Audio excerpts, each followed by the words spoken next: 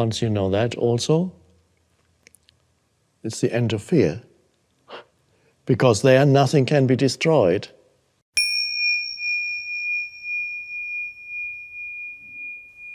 So it's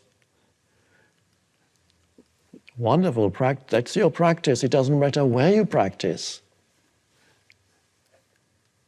Wherever you are in your life, you practice. Every situation, every moment is the two dimensions.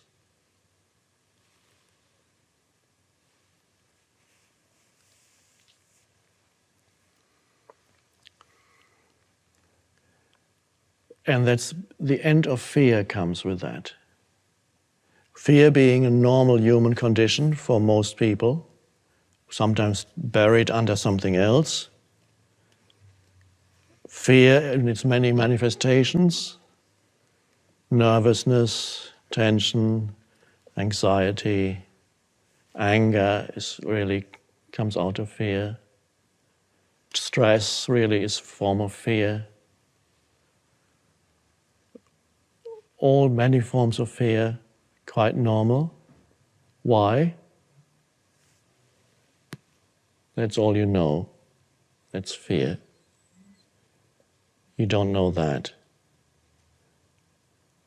Once you know that also, it's the end of fear. Because there nothing can be destroyed.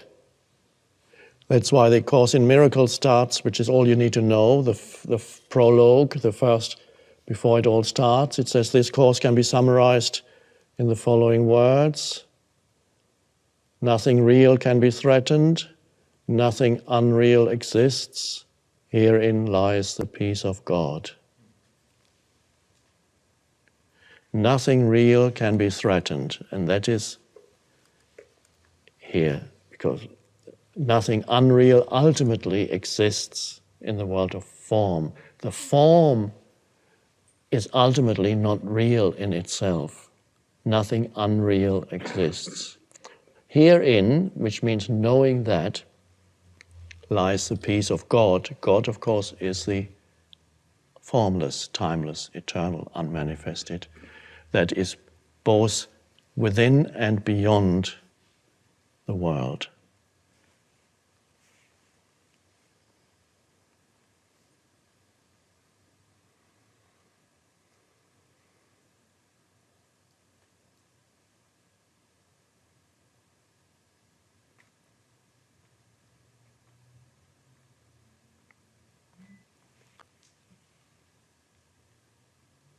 Some of you, as I mentioned earlier, are able to step out of their mind, and you can practice that through a conscious choice. Be present. Nothing to think about right now, just be present. Wow. You don't carry your history with you when you're present.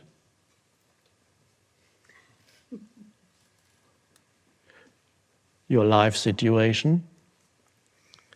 I use that word in Power of Now, very important. Your life situation, everybody has one. Past, future, relationships, job, health, finances, where you live, what happens to you, and all your life situation. You have a life, you're here with, you have a life situation, of course you do. But you also have, it's not that you have a life, you are life itself. And when your life situation is all you know about yourself, which is another way of putting, that's all you know, then you miss life. No, you're very good at dealing with your life situation, but you miss life. You do all the right things, but it never really gets you anywhere because you missed life. Life is now, and life is not in the doing. Life is in the being, now.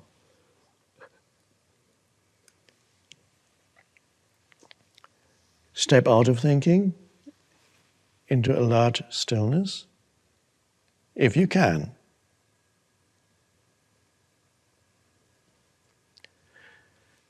And also, another way is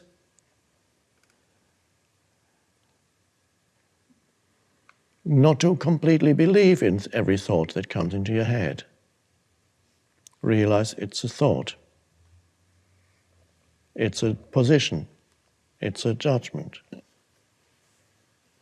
Not completely identified with it.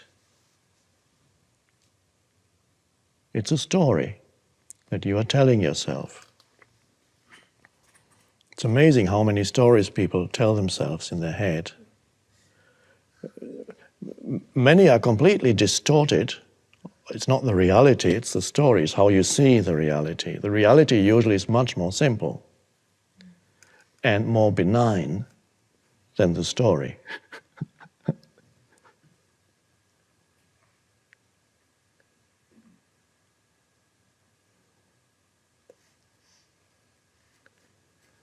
One of the early lessons in A Course in Miracles says you're supposed to look at things around you in the room and say, nothing that I see in this room means anything. This table doesn't mean anything. This glass doesn't mean anything. This hand doesn't mean anything. This floor doesn't mean anything. Now, what does that lesson mean? It doesn't mean anything. What it means is, it's attempting to erase the continuous conceptualization of reality, like scribblings on a blackboard. Because whatever you think it means is a concept in your mind. And if you deny the continuous and compulsive conceptualization of reality, it's like erasing the conditioning of your mind. And coming to the place where the Dalai Lama is, don't know. So this lesson in A Course in Miracles, all it's teaching is to come to the place of spacious emptiness, alertness. No longer trapped in conceptual thinking. Doesn't mean anything.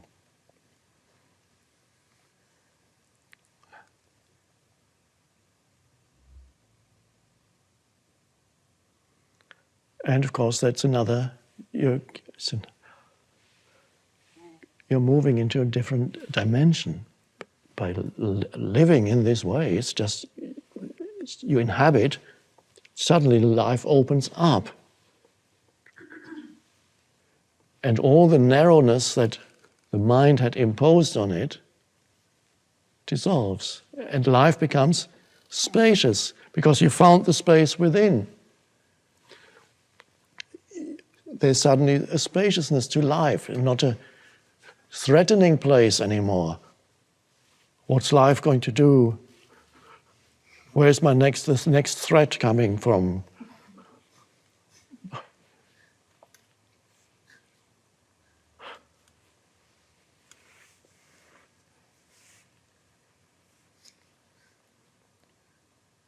And again, the same thing, for example, there's an entire spiritual teaching based on denying the reality of your story. And Byron Katie's teachings is based on the simple fact of denying your story. How do I know? Do I really know that this is true? No, I can't really know that. So you gets you to the same place where the Dalai Lama is. Don't know.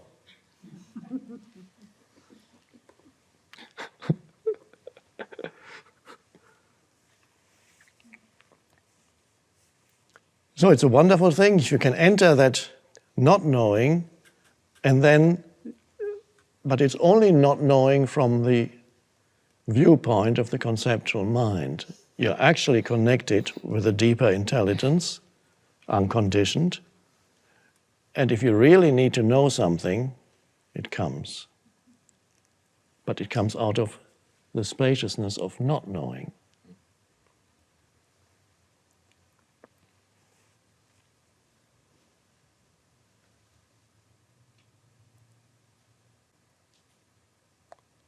Well, it's a little bit like jumping off a cliff and then seeing if you can fly. To the ego, it's a little bit like that. The ego says, don't go there.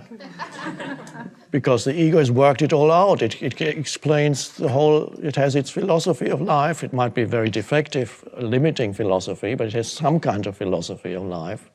Every person has their story through which they interpret reality. And usually it's not a pleasant work of fiction. But at least you think you know. It gives you some illusory foothold. And of course the ego thinks, if I let go of that, I won't know anything anymore. Which in a way is true, but not completely true. In a deeper sense, is you only let go of a distortion of reality created by the conditioned mind, which is part of the collective human mind in its present state of evolution. And so the collective mind, of which your mind is part, has created this human-made world, which is full of problems, and they seem to be, they pop out one after another. When you think one thing is better now, suddenly, oh God, now it's the economy, and then it's that, and then it's that. Another war.